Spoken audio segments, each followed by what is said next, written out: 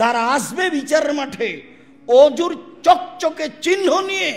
1 2 তারপরে বলছেন লাইসা কাযালিকা গায়রুহুম, অন্যরা কেউ এভাবে আসবে না। তাহলে একবারে আদম থেকে নিয়ে কিয়ামত পর্যন্ত রাসূল সাল্লাল্লাহু আলাইহি সাল্লামের উম্মত ব্যতীত অজুর চেহারা চকচকে হয়ে আর কেউ আসবে না, শুধু আমরা। ইন্নাল হামদালিল্লাহ নাহমাদুহু ওয়া নাস্তাঈনুহু মান ইয়াহদিহিল্লাহু ফালা মুদিল্লা লাহু ওয়া মান ইউদ্লিল ফালা হাদিয়া লাহু ওয়া আশহাদু আল লা ইলাহা ইল্লাল্লাহু ওয়াহদাহু লা শারীকা লাহু ওয়া আশহাদু আন্না মুহাম্মাদান আবদুহু ওয়া রাসূলুহু।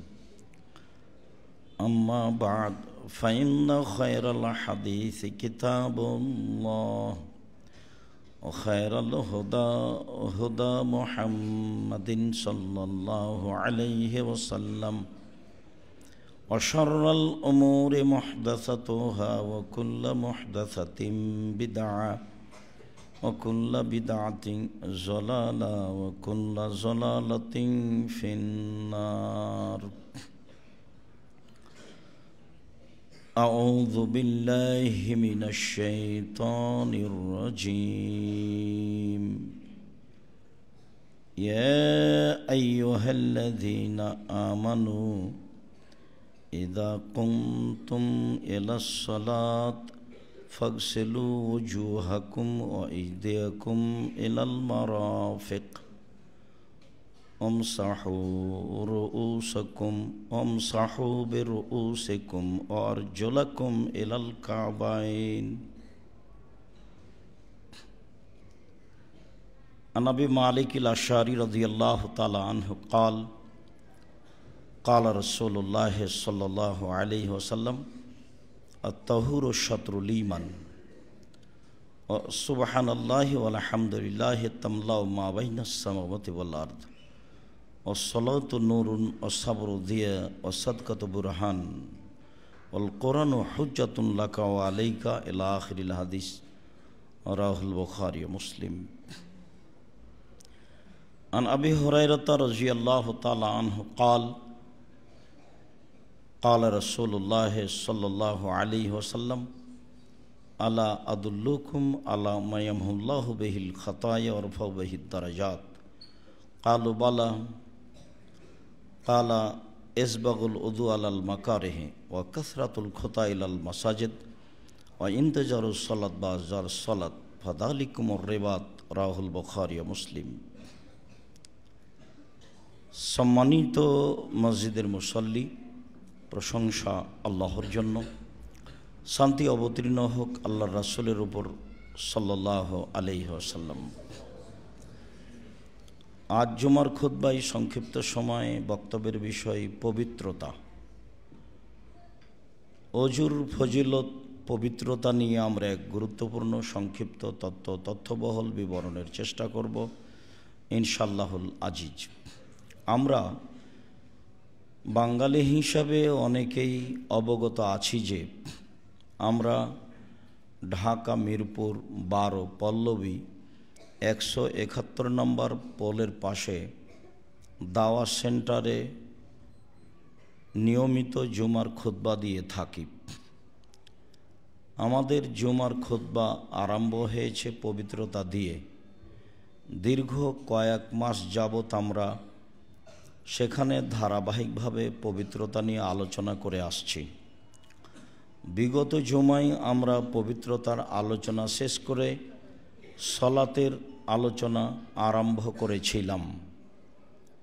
মর্মে আজকে আমরা এই জুমায় জামিয়া সালাফিয়া ডাঙ্গিপাড়া পবা রাজশাহী বাইতুল হাম জামি মসজিদে খুতবা দেওয়ার লক্ষ্যে বিগত খুতবা হতে পবিত্রতার গুরুত্ব, পবিত্রতার ফজিলত নিয়ে আজকে আলোচনা করব বলে আশা করছি ইনশাআল্লাহুল আজিজ। এতে আমাদের ছাত্রদের বেশি সুবিধা হবে বলে আমরা মনে করি। তাতে থাকবে সুন্দর করে ওযু করা, তাতে থাকবে ওযুর ফজিলত, তাতে থাকবে অপ্রয়োজনীয়ভাবে পানি খরচ না করা। এমনিতেই ট্যাপ ছেড়ে রাখা বা জোরে ছেড়ে রাখা তা জায়েজ নয়, পানি অপচয় করা নিষেধ। পবিত্রতা নিয়ে আলোচনাতে আল্লাহ তাআলা বলেন, ইয়া আইয়ুহাল্লাযীনা আমানু ইযা কুমতুম ইলাস সালাত, পৃথিবীর মানুষ যখন তোমরা সালাত আদায়ের ইচ্ছা পোষণ করবে, ফাগসিলু ওজুহাকুম ওয়া আইদিয়াকুম ইলাল মারাফিক, তখন তোমরা মুখমণ্ডল ও হাত দয় কোনই পর্যন্ত ধুয়ে নাও। এটা আল্লাহর আদেশ, মুখ এবং হাত কোনই পর্যন্ত ধুয়ে নিতে হবে। আমসাহু বিরুউসিকুম, আর তোমরা মাথা মাসা করো। ওয়া আরজুলাকুম ইলাল কাবাইন, আর পা ধুয়ে নাও টাকনু পর্যন্ত। আল্লাহ তাআলা অত্র আয়াতে অজুর আদেশ করত হাত কোনই পর্যন্ত অজুর ধারাবাহিক নিয়মে ধুয়ে নিতে আদেশ করেছেন, আর পায়ের টাকনু পর্যন্ত অজুর স্বাভাবিক নিয়মে ধুয়ে নেওয়ার জন্য আদেশ করেছেন, মাথা মাসা করার জন্য আদেশ করেছেন। এরপরে আল্লাহ তাআলা বলেন, ওয়াইন কুনতুম জুনুবান ফাত্তাহারু, তোমরা যদি কারণবশত অপবিত্র হয়ে থাকো তাহলে তোমরা পবিত্র হয়ে যাও, পবিত্রতা অর্জন করো। ওয়াইন কুনতুম মারদা আও আলা সাফারিন আও জা আহাদুম মিনকুম মিনাল গায়েদ আও লামাসতুমুন নিসা, এছাড়াও যদি তোমরা অসুস্থ হও, এছাড়াও যদি তোমরা সফরে থাকো, এছাড়াও যদি তোমরা পেশাব পায়খানার প্রয়োজনীয় কাজ সেরে আসো, এছাড়াও যদি তোমরা পারিবারিকভাবে সহবাসের কারণে গোসলের প্রয়োজন হয়, ফালাম তাজিদু মাআ, ওই সময়ে যদি তোমরা পানি না পাও, ফাতায়াম্মামু সাঈদান তাইয়্যিবা, তখন তোমরা পবিত্র মাটি দিয়ে অজু করে নাও, পবিত্র মাটি দিয়ে তায়াম্মম করে নাও। তায়াম্মম হচ্ছে অজুর স্থানে। আমরা আমাদের বিবরণে ধারাবাহিকভাবে অজুর আলোচনা করেছি, তখন আমরা আলোচনার এক পর্যায়ে তায়াম্মমেরও আলোচনা করেছি। তায়াম্মমের আলোচনাতে আমরা বলেছি, মানুষ যারা বলেছে পাথর দিয়ে অন্য কিছু দিয়ে চুন দিয়ে তায়াম্মম করা যাবে, তা আমরা নাকচ করে শুধুমাত্র মাটি বালু দিয়ে তায়াম্মম করা যাবে এ কথা বলেছি। তায়াম্মমে বলেছি হাত দুইটি একসাথে মাটির উপর মারতে হবে, হাত দুটি মাটি থেকে উঠিয়ে নিয়ে স্বাভাবিকভাবে হাতের তালুদ্বয় সামনে রেখে ফোঁক দিতে হবে। তারপরে হাত দুইটি মুখের উপর দিয়ে মুছে নিতে হবে। তারপর ডান হাতের তালু বাম হাতের পিঠের উপর দিয়ে এবং বাম হাতের তালু ডান হাতের পিঠের উপর দিয়ে মুছে নিতে হবে, তাহলেই হবে তায়াম্মম। অবশ্যই তা হবে কবজির উপর দিয়ে কবজি, অবশ্যই তা কোনই পর্যন্ত নয়, অবশ্যই তা বগল পর্যন্ত নয়, অবশ্যই তা তায়াম্মম করার জন্য দুইবার মাটির উপরে হাত মারতে হবে না। আমরা যারা ভারত, বাংলাদেশ, পাকিস্তানে শতকরা ৯৫ জন মানুষ মাযহাব মেনে থাকি, তারাই দুইবার মাটির উপরে হাত মেরে তায়াম্মম করি। প্রথমবারের জন্য মুখমণ্ডল আর দ্বিতীয়বারের জন্য হাতের কবজি পর্যন্ত। এভাবে আমরা তায়াম্মম করে আসছি, যা আমরা মাযহাবী ভাই বোনদের কর্মে দেখে থাকি, যা সহিহ হাদিস দ্বারা প্রমাণিত নয়। তায়াম্মমের ব্যাপারে কথাটি আবারও স্পষ্ট করি যে যদি মানুষের পানি দিয়ে অজু করা সম্ভব না হয়, যদি মানুষের পানি দিয়ে গোসল করা সম্ভব না হয়, যদি মানুষ পানি না পায়, তাহলে সে তায়াম্মুম করবে বলে আল্লাহ তাআলা আদেশ করেন। পদ্ধতিতে রাসূল সাল্লাল্লাহু আলাইহি সাল্লাম বলেন, প্রত্যেকটা মানুষ, পুরুষ নারী, তার হাত দুইটি মাটির উপরে মারবে। মাটির উপরে আঘাত করার পরে হাত দুটি মুখের সামনে নিয়ে এসে একটি ফোঁক দিবে। ফোঁক দেওয়ার পরে, এটা একটা সুন্নাত, ধুলাবালি থাক আর না থাক, তারপরে হাত দুইটি মুখের উপর দিয়ে মুছে নেবে। মুখের উপর দিয়ে মুছে নেওয়া শেষ হলে ডান হাতের পেট বাম হাতের পিঠের উপরে রেখে কবজি পর্যন্ত, এবং বাম হাতের পেট ডান হাতের কবজি পিঠের উপরে রেখে মুছে নিতে হবে। এটাই হলো তায়াম্মুম। বাস, আর দুশ্চিন্তা ভোগ করতে হবে না। যতদিন পর্যন্ত পানি না পাবে মানুষ, ততদিন পর্যন্ত মাটি দিয়ে তায়াম্মুম করবে এবং তাতে সে পবিত্র হবে। যে কোনো অপবিত্রতা থেকে পবিত্রতা অর্জনের পদ্ধতি পানি না থাকলে তায়াম্মুম। পানি নেই তখন তায়াম্মুম করবে, এটাই ঠিক। আবার পানি আছে কিন্তু অসুস্থতার কারণে তায়াম্মুম করছে না, কিন্তু অজু করবে, এটা ঠিক নয়। অজু করতে পাবে না। যখন সে পানি ব্যবহার করতে পারছে না তখন তাকে তায়াম্মুম করতে হবে, এটাই বিধান। চলেন এ ব্যাপারে রাসূল সাল্লাল্লাহু আলাইহি সাল্লাম ফজিলত গুরুত্ব হিসেবে যা বলেন। আবু মালিক আশআরী রাদিয়াল্লাহু তাআলা আনহু বলেন, রাসূল সাল্লাল্লাহু আলাইহি ওয়াসাল্লাম বলেছেন, আত-তাহুরু শাতরুল ঈমান, পবিত্রতাই হচ্ছে অর্ধেক ঈমান। কালেমা পড়ে মানুষ ঈমান আনে, কিন্তু পুরো জীবনের মানুষের পবিত্রতার মাধ্যম হচ্ছে অজু, পরিষ্কার থাকা। এটাই হচ্ছে অর্ধেক ঈমান। যদি মানুষ পরিষ্কার না থাকে, শরীর হাত পরিষ্কার না করে, কাপড় চোপড় পরিষ্কার না রাখে, তাহলে তার ঈমানে ঘাটতি আছে বা তার অর্ধেক ঈমান। এটাই কথা যা রাসূল সাল্লাল্লাহু আলাইহি সাল্লাম বললেন। অত্র বুখারী মুসলিমের হাদিসের প্রথম বাক্যটি এটাই যে পবিত্রতাই হচ্ছে অর্ধেক ঈমান। তারপরে তিনি বলেন, সলাত হচ্ছে আলো। সলাত বিচারের মাঠে আলো হবে, বিচারের মাঠ হবে বড় অন্ধকার এক পর্যায়ে।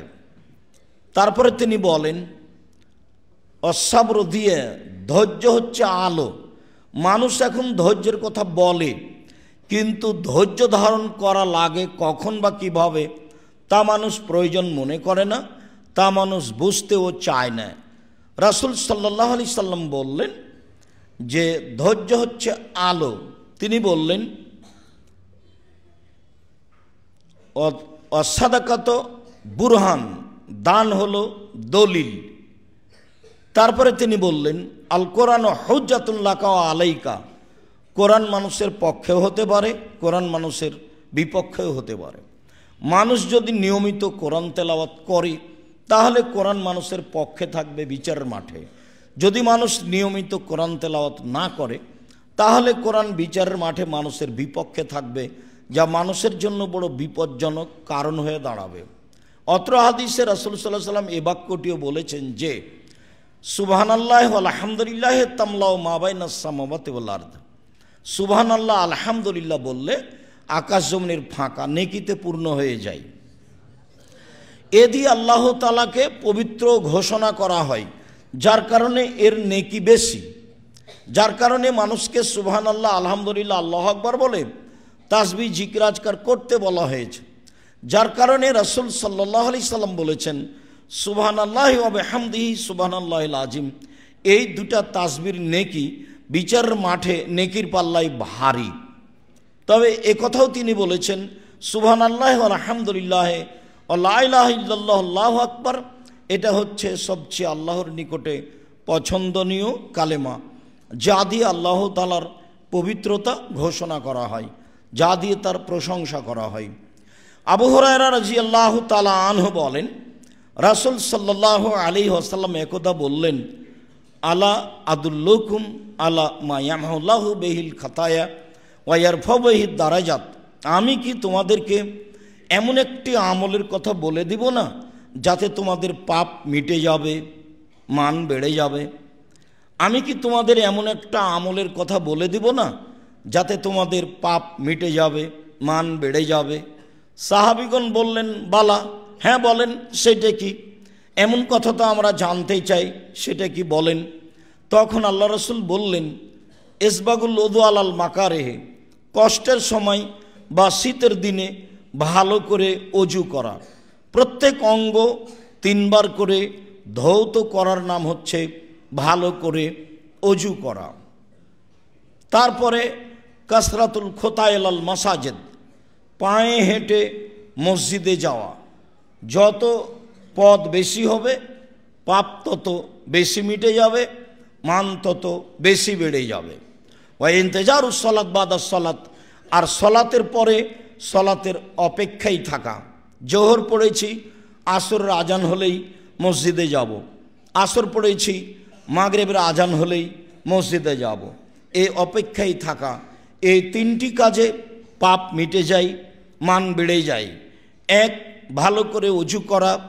2, পায়ে হেঁটে মসজিদে যাওয়া। 3, সলাতের জন্য অপেক্ষা করা।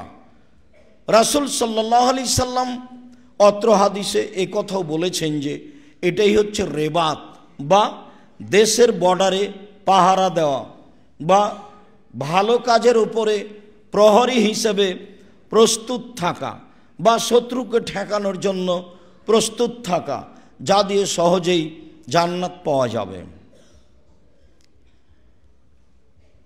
উসমান রাদিয়াল্লাহু তাআলা আনহু বলেন, রাসূল সাল্লাল্লাহু আলাইহি ওয়াসাল্লাম বলেছেন, মান তাওয়াদ্দা ফাহসানাল ওযুয়া, কেউ যদি অজু করে, সুন্দর করে অজু করে, খারাজাত খাতায়াহু মিন জাসাদিহি, তাহলে তার শরীর থেকে সব পাপ ঝরে যায়। হাত্তা তাখরুজা মিন জাসাদিহি, খারাজাত খাতায়াহু হাত্তা তাখরুজা মিন জাসাদিহি, তার সব পাপ ঝরে যায়। এমনকি শরীরে যেসব তার পাপ রয়েছে বা তাহতা মিন আদফারিহি, নখের নিচে যেসব পাপ রয়েছে সেই পাপগুলিও ঝরে যায়।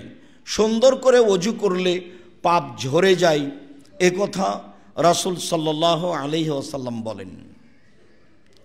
উসমান রাদিয়াল্লাহু তাআলা আনহু বলেন, রাসূল সাল্লাল্লাহু আলাইহি ওয়াসাল্লাম বলেছেন, মামিন মুসলিমিন তাহাজুরহু সালাতুন মাকতুবাতুন, যে কোনো পুরুষ নারী এমন অবস্থায় হলো যে তার নিকটে ফরজ সালাত চলে এসেছে, ফরজ সালাতের সময় হয়ে গেছে।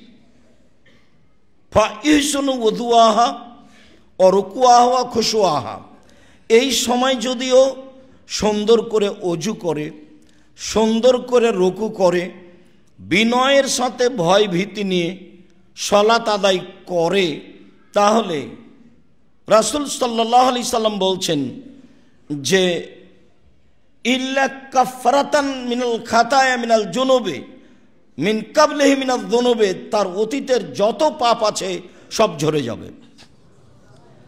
যদি তার অজু সুন্দর হয়, যদি তা ভয় ভীতি নিয়ে হয়, যদি তা অজুর নিয়মে হয়ে থাকে, তাহলে অতীতের সব পাপ ঝরে যাবে বলে রাসূল সাল্লাল্লাহু আলাইহি সাল্লাম বলেছেন।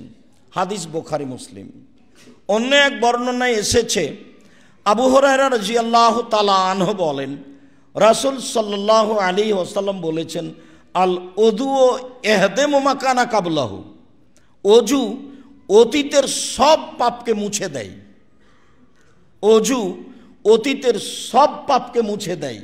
অজু করলে সে নিষ্পাপ হয়ে যায়, যা আমরা ধারাবাহিক হাদিসে অবগত হতে পারব।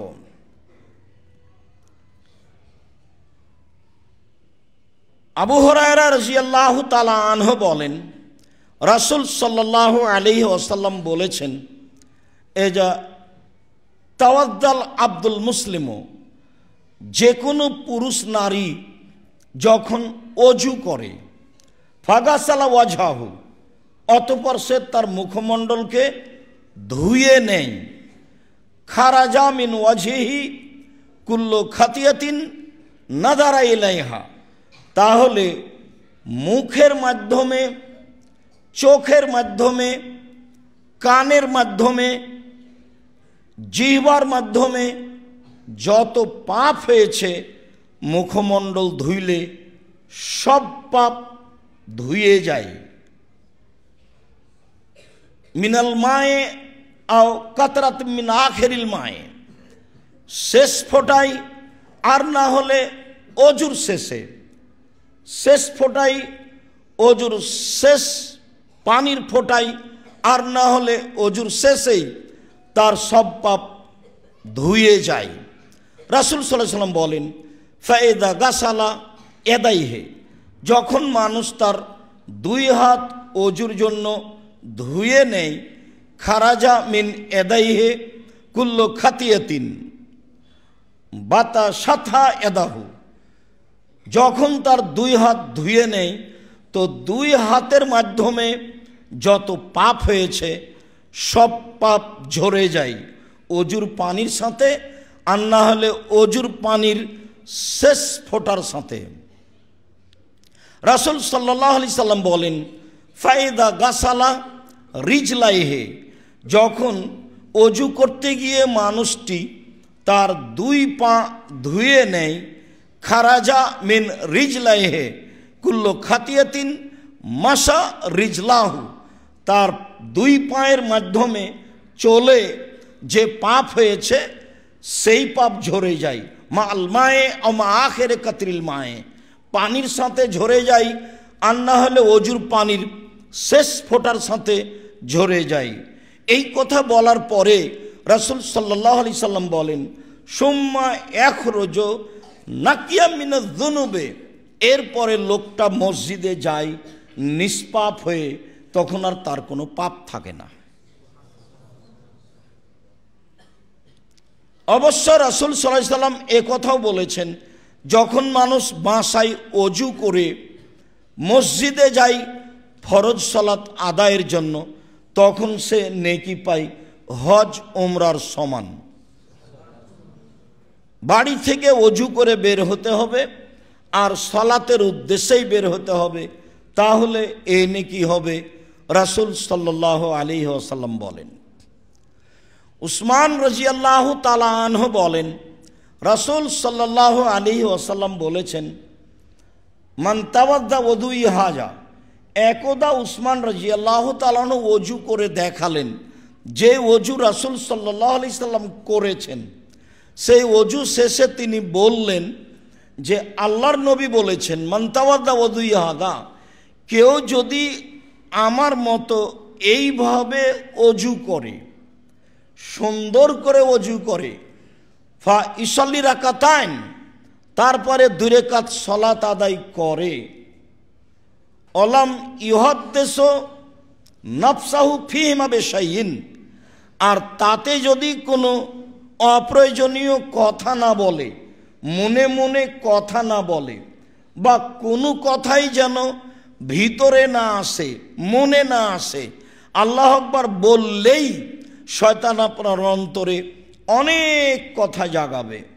রাসূল সাল্লাল্লাহু আলাইহি সাল্লাম বলেন, কেউ যদি এইভাবে অজু করে আর 2 রাকাত সালাত আদায় করে, 2 রাকাত সালাতে মনে মনে কথা না বলে, তাহলে গোফেরা লাহু মা তাকাদ্দামা মিন জামবিহি, তার অতীতের সব পাপ ক্ষমা। অবশ্য অত্র হাদিসে অজুর সাথে সলাতের কথা রয়েছে, আর উপরের হাদিসগুলিতে অজুর সাথে সলাতের কথা ছিল না, বরং এভাবেই আল্লাহ রাসূল বলেছেন যে অজু যদি সুন্দর হয় তাহলে অতীতের সব পাপ ক্ষমা হয়ে যাবে। এই হাদিসে যে ভাষা ব্যবহার করা হয়েছে সেই ভাষা ইসলাম গ্রহণের ব্যাপারেও বলা হয়েছে। তাতে রাসূল সাল্লাল্লাহু আলাইহি সাল্লাম বলেছেন, কোনো মানুষ যদি ইসলাম গ্রহণ করে তাহলে ইহদামু মা কানা কাবলাহু, অতীতে তার যা পাপ যে কোনো অন্যায় থেকেছে সব ঝরে যাবে। ঠিক অনুরূপী মানুষ যদি সুন্দর করে অজু করে তাহলে অতীতে যে পাপ ছিল সব পাপ ঝরে যাবে, এই কথা রাসূল সাল্লাল্লাহু আলাইহি সাল্লাম বলেন। আমরা বিষয়টি ভালোভাবে বুঝে আমল করার চেষ্টা করব ইনশাআল্লাহুল আজিজ। আল্লাহুম্মা সাল্লি আলাইহি আল্লাহুম্মা বারিক আলাইহি। আলহামদুলিল্লাহি ওয়াহদা ওয়াসসালাতু ওয়াসসালামু আলা মান লা নাবিয়্যা বা'দা।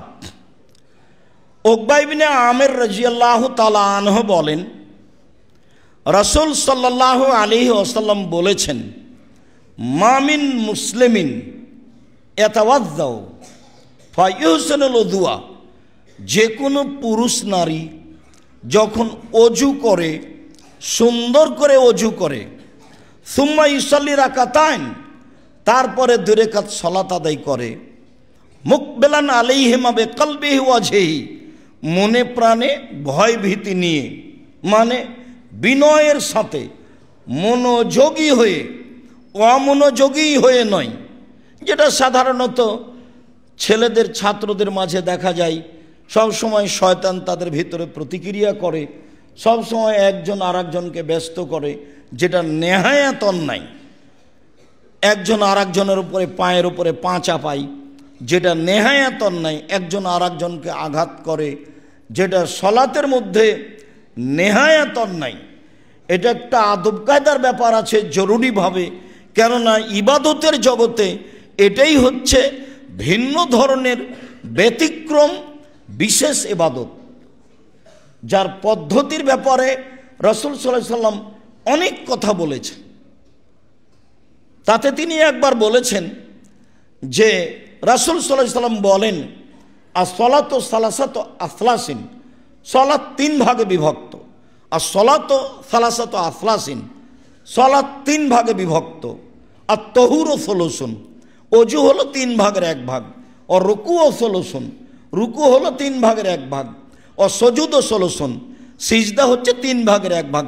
ফামানাদা হবে হাক্কেহা, যেই এইগুলিকে ঠিক ঠিক আদায় করলো, কবেলাত সলাতহু ও কবেলা সায়র আমালেহি, তাহলে তার সলাত কবুল করা হবে, তার সব আমল কবুল করা হবে।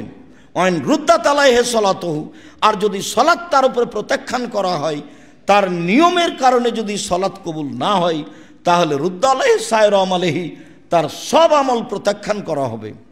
অত্র হাদিস স্পষ্ট প্রমাণ করে যে অবশ্যই অজু ভালো হতে হবে, অবশ্যই রুকু ভালো হতে হবে, অবশ্যই সিজদা ভালো হতে হবে, অন্যথায় সালাত কবুল হবে না, অন্যথায় বাকি ইবাদতও কবুল হবে না। বিষয়টি বেশি ভাববার। আব্দুল্লাহ ইবনে আব্বাস রাদিয়াল্লাহু তাআলা আনহু বলেন, রাসূল সাল্লাল্লাহু আলাইহি সাল্লাম একদা বললেন, আল্লাহ তাআলা বলেন, মানে হাদিসে কুদসি, আমাদের নবী বলছেন, আল্লাহ তাআলা বলেন, ইয়া মুহাম্মদ হাল তাদরি ফিমা ইয়াখতাসিমুল মালাউল আলা, মুহাম্মদ আপনি কি বলতে পারেন ওপরে কি বিষয়ে হইচই হচ্ছে? উল্লেখ্য যে আল্লাহ আমাদের নবীকে মুহাম্মদ নাম ধরে ডেকেছেন, জিবরাইল আলাইহিস সালাম আমাদের নবীকে মুহাম্মদ বলে নাম ধরে ডেকেছেন। সাহাবীগণ বলতেন, ইয়া রাসূলুল্লাহ, হে আল্লাহর রাসূল।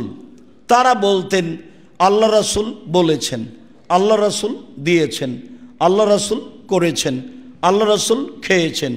দুঃখজনক হলেও সত্য যে এই শব্দগুলি ছেড়ে দিয়ে ভারত, বাংলাদেশ, পাকিস্তানের আলেম ওলামা, সাধারণ মানুষ বলে হুজুরে পাক সাল্লাল্লাহু আলাইহি সাল্লাম বলেছেন। হুজুরে পাক মানে, হুজুর মানে আল্লাহ রাসূল হাজের কোনোদিন মরবেন না, হাজের নাজের, যার কারণে মিলাদ বলার সময় তারা দাঁড়িয়ে যায়, মানে নবী চলে এসেছেন। হুজুরে পাক বলার ভিতরে খুব দুর্বল কিছু রয়ে গেছে। হুজুরে পাক বলবে কেন? বলবে আল্লাহ রাসূল বলেছেন, রাসূল সাল্লাল্লাহু আলাইহি সাল্লাম বলেছেন, আল্লাহ রাসূল করেছেন। যেই ভাষা সাহাবীগণ ব্যবহার করেছেন, তাবেঈগণ ব্যবহার করেছেন, তাবেঈগণ ব্যবহার করেছেন, সে ভাষাই সকল মানুষকে ব্যবহার করতে হবে। যে ভাষা সালাফ খালাফ অতীতের লোকজন ব্যবহার করেছেন, সলেহ পরহেজগার মানুষেরা, সেই ভাষাই আমাদেরকে ব্যবহার করতে হবে। হুজুরে পাক সাল্লাল্লাহু আলাইহি সাল্লাম এই ভাষা জরুরিভাবে ত্যাগ করতে হবে।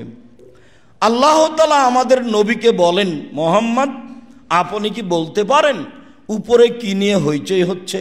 তা আমাদের নবী সরাসরি বললেন, নাম, জি হ্যাঁ আমি বলতে পারি। ফিল কাফারাত, উপরে হইচই হচ্ছে কিভাবে আদমের ছেলেমেয়ের পাপ মিটে যাবে, এই নিয়ে কথা হচ্ছে। কি করলে আদম সন্তানের পাপ মিটে যাবে এই নিয়ে কথা হচ্ছে। তা হচ্ছে যে আল মাকসু ফিল মাসাজিদ বাদা সালাওয়াত, সালাতের পরে মসজিদে বসে বসে তাসবিহ তাহলিল জিকির আজকার করলে আদমের ছেলেমেয়ের পাপ মিটে যাবে, এই নিয়ে কথা হচ্ছে উপরে। সালাম ফিরার পরে দাঁড়ানো হবে না, এইটা খারাপ অভ্যাস, এই খাসলাত, এই বৈশিষ্ট্য খারাপ। সালাতের পরে বসে বসে তাসবিহ তাহলিল জিকির আজকার করতে হবে, যা অনুকূলে হয়। এই করলে পাপ মিটে যাবে, মান বেড়ে যাবে, এই নিয়ে কথা হচ্ছে। 2 অল মাশি আলাল আকদাম আল জামাত, পায়ে হেঁটে মসজিদে গেলে, জামাতে গেলে পাপ মিটে যাবে, মান বেড়ে যাবে, এই নিয়ে উপরে কথা হচ্ছে। ওয়াইসবাগুল ওযু আলাল মাকারিহি, ভালো করে কষ্টের সময়, ঠান্ডা পানির সময় অজু করতে হবে, তাহলে পাপ মিটে যাবে, মান বেড়ে যাবে, এই নিয়ে উপরে কথা হচ্ছে। তাহলে পূর্বে দ্বিতীয় হাদিসে যা বলছিলাম সেটি আবার ফিরে আসলো। তা হলো আদম সন্তানের পাপ মিটে যাবে, মান বেড়ে যাবে কি করলে? মান বেড়ে যাবে, পাপ মিটে যাবে কি করলে? তাতে আজকের আলোচনা হিসাবে 1 নম্বরে সুন্দর করে ওযু করলে পাপ মিটে যাবে, মান বেড়ে যাবে। 2 নম্বরে পায়ে হেঁটে মসজিদে গেলে পাপ মিটে যাবে, মান বেড়ে যাবে। 3 নম্বরে সালাতের জন্য অপেক্ষা করলে পাপ মিটে যাবে, মান বেড়ে যাবে। পাপ মিটে যাবে, মান বেড়ে যাবে। বা মসজিদে বসে বসে তাসবিহ তাহলিল জিকির আজকার করলে পাপ মিটে যাবে, মান বেড়ে যাবে। এই পর্যন্ত বলার পরে রাসূল সাল্লাল্লাহু আলাইহি সাল্লাম বলছেন, শোনো, ফামান ফালা যালিকা আশাবে খাইরিন ও মাতাবে খাইরিন, এমন আমল কেউ যদি করতে পারে তাহলে তার মরে যাওয়া ভালো, তার বেঁচে থাকা ভালো। এমন আমল কেউ যদি করতে পারে তাহলে তার মরে যাওয়া ভালো, তার বেঁচে থাকা ভালো। এমন আমল কেউ যদি করতে পারে তাহলে তার মরে যাওয়া ভালো, বেঁচে থাকা ভালো, বাঁচলেও ভালো, মরলেও ভালো। তা হলো সুন্দর করে ওযু করা, তা হলো পায়ে হেঁটে মসজিদে যাওয়া, তা হলো সালাতের পরে তাসবিহ তাহলিল জিকির আজকার করা। এতে মরে যাওয়া ভালো, বেঁচে থাকা ভালো। এরপরেও আরো জোরালো একটি বাক্য তিনি বলেন, ওয়াকানা মিন খাতিয়াতিহি কায়ামিন ওয়ালাদাতহু উম্মুহু, এরপরেও লোকটা হয়ে যায় সেই দিনের মতো যেদিন তার মাতাকে জন্ম দিয়েছে, নিষ্পাপ হয়ে যায়। এরপরেও সে লোকটি হয়ে যায় সেই দিনের মতো যেদিন তার মাতাকে জন্ম দিয়েছে, নিষ্পাপ হয়ে যায়। সুন্দর করে ওযু করলে, পায়ে হেঁটে মসজিদে গেলে, মসজিদে বসে বসে তাসবিহ তাহলিল জিকির আজকার করলে লোকটা হয়ে যায় পাপ থেকে সেই দিনের মতো যেদিন তার মাতাকে জন্ম দিয়েছে, নিষ্পাপ হয়ে যায়। কথাটি আল্লাহ রাসূল আরও অন্য জায়গাতে এভাবে বলেছেন যে কেউ যদি হজ করে, হজ যদি কবুল হয়ে যায় তাহলে লোকটি হয়ে যায় সেই দিনের মতো যেদিন তার মাতাকে জন্ম দিয়েছে, নিষ্পাপ হয়ে যায়।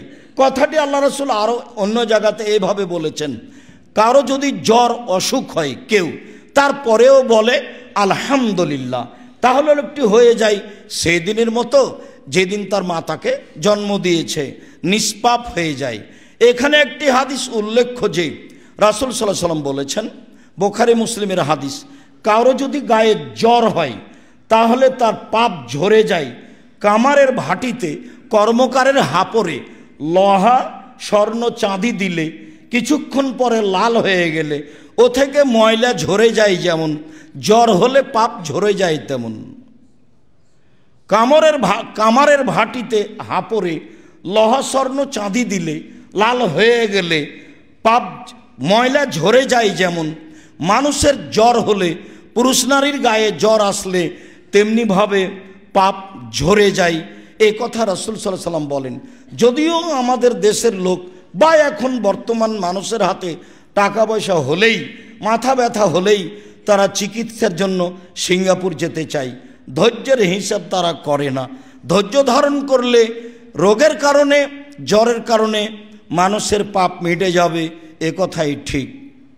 সম্মানিত দিনী ভাই ও বোন, সম্মানিত মসজিদের মুসল্লি, রাসূল সাল্লাল্লাহু আলাইহি ওয়াসাল্লাম এই হাদিসের শেষে আরও একটি কথা, গুরুত্বপূর্ণ কথা বললেন। তিনি বললেন, মুহাম্মদ এজা সাল্লাইতা ফাকুল, যখনই তুমি সালাত আদায় করবে তখনই তুমি বলবে। এটা আল্লাহ আমাদের নবীকে আদেশ করছেন।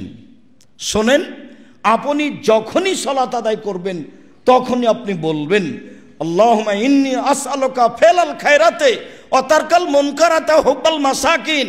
আল্লাহ, তোমার কাছে চাচ্ছি অপছন্দ কর্ম ছেড়ে দিতে,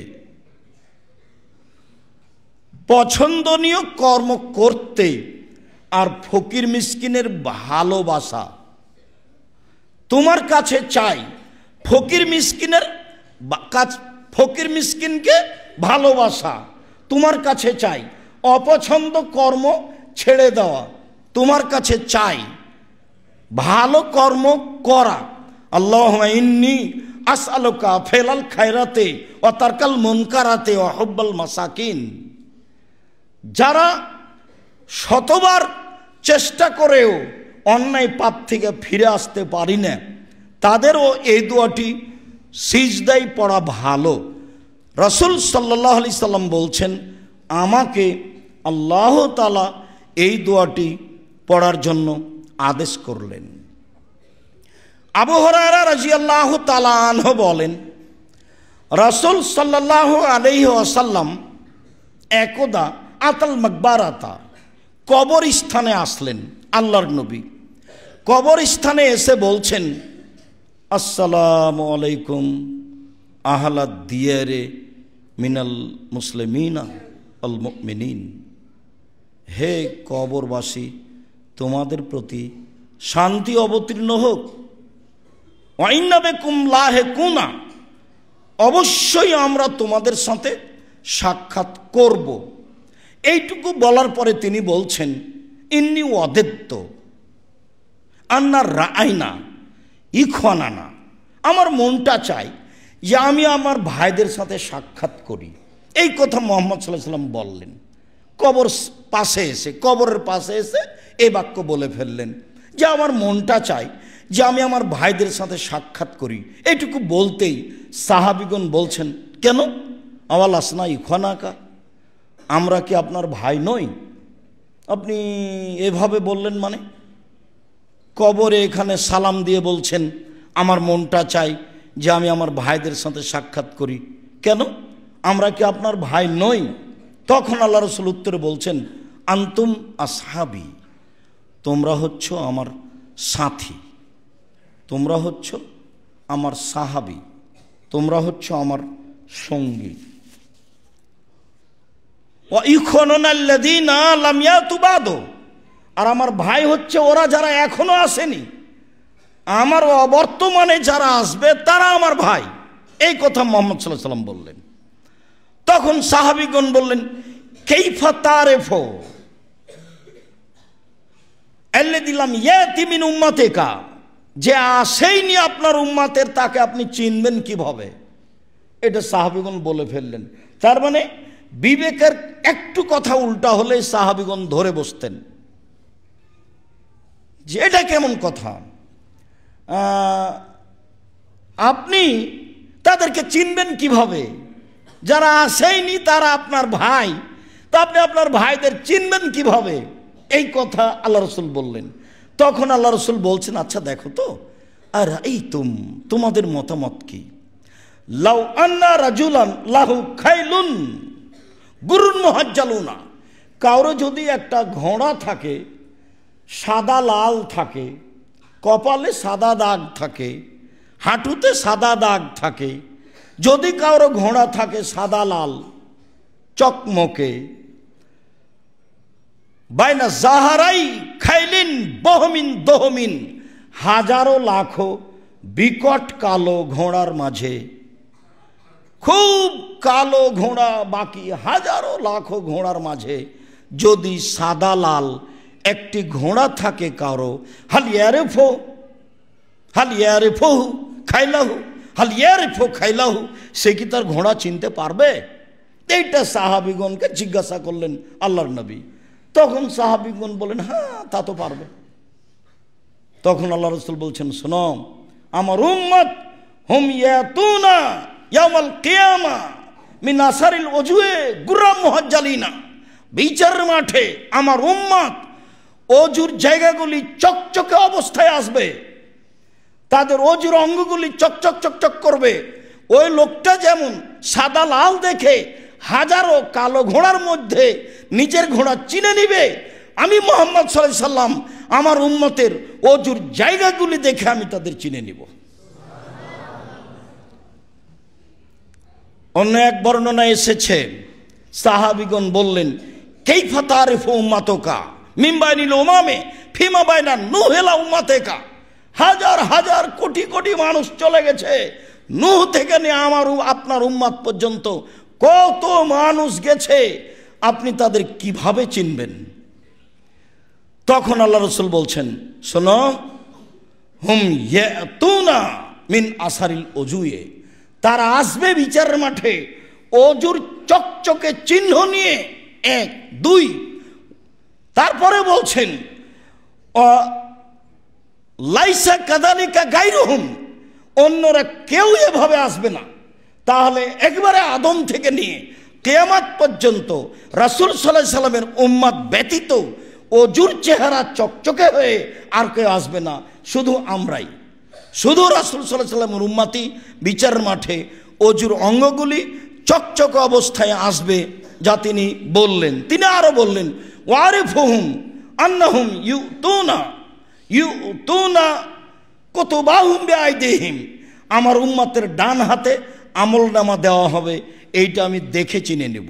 আবার বলছেন, ওয়ারিফুহুম তাসানা বাইনা আইদিহিম যুরিয়াতুহুম তাসা বাইনা আইদিহিম যুরিয়াতুহুম, তাদের সামনে তাদের ওই সব ছোট ছোট ছেলে মেয়ে যেগুলো বাল্য অবস্থায় মারা গেছে, তারা ছুটাছুটি করবে, আমি এইটা দেখে আমার উম্মত চিনে নিব। তাহলে তিনি তার উম্মতকে চিনে নেওয়ার 3টি চিহ্ন আলামত উল্লেখ করলেন।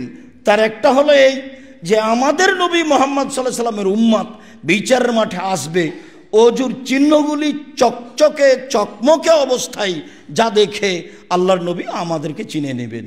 2 আমাদের ভালো মানুষের হাতের ডান হাতে আমলনামা দেওয়া থাকবে, এইটা দেখে তিনি চিনে নেবেন এইগুলি আমার উম্মত।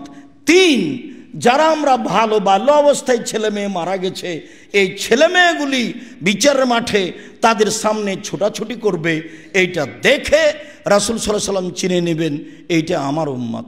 সম্মানিত মসজিদের মুসাল্লি, আমরা আজকে অজুর ফরজিলত নিয়ে আলোচনা করছিলাম।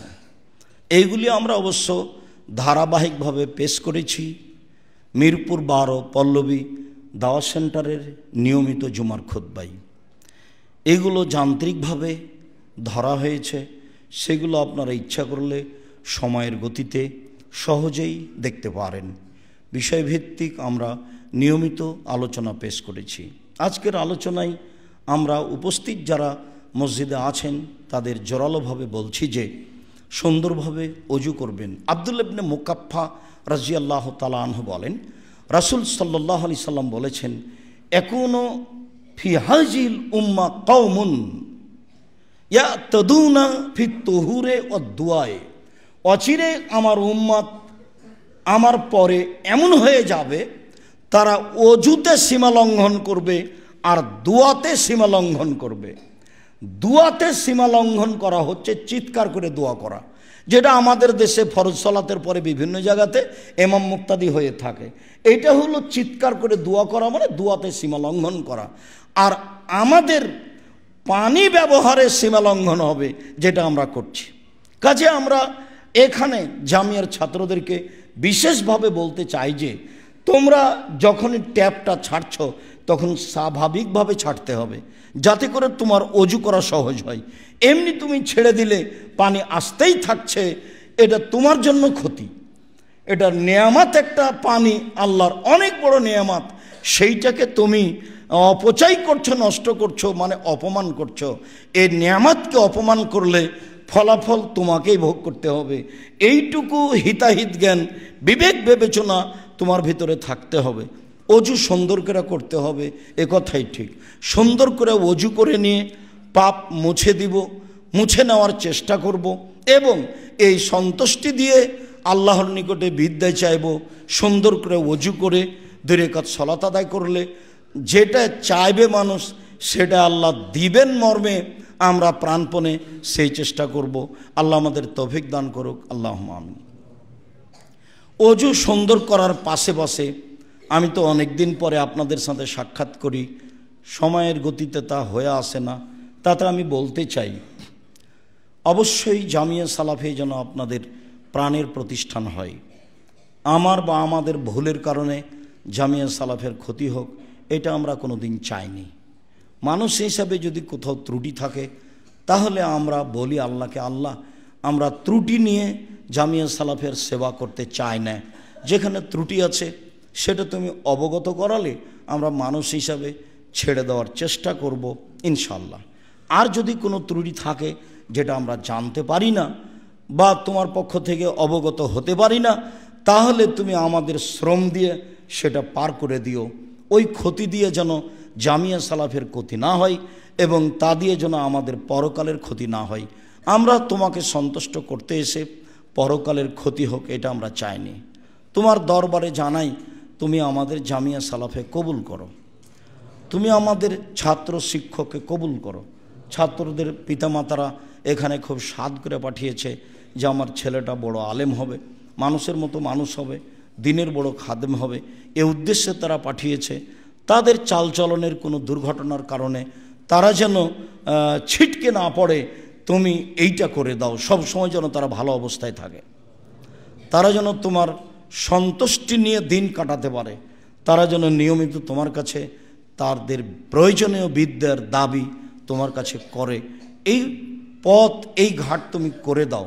তোমার এটা সহজ, তুমি সর্বশক্তিমান, তুমি সব কিছু করতে পারো। জুমার খুতবার শেষ অংশে এসে ছাত্রদের জন্য তোমার কাছে জোরালো দাবি জানাচ্ছি, তুমি জামিয়া সালাফের ছাত্রদের অন্তর পরিষ্কার করে দাও, তারা যেন তোমাকে সন্তুষ্ট করার জন্য বিদ্যা অর্জন করতে পারে। তোমরা যেন এই জাতির ভুল ত্রুটিকে সংশোধন করার জন্য বিদ্যা অর্জন করতে পারে। তোমার দরবারে আরও দাবি জানাচ্ছি, যারা আমাদের মারা গেছে তুমি তাদের কবরের শাস্তি মাফ করো, যারা অসুস্থ তুমি তাদের আরোগ্য দান করো, যারা আমরা বেঁচে আছি তুমি তাদেরকে তোমার রাসূলের পদ্ধতি অনুযায়ী চলার তৌফিক দান করো।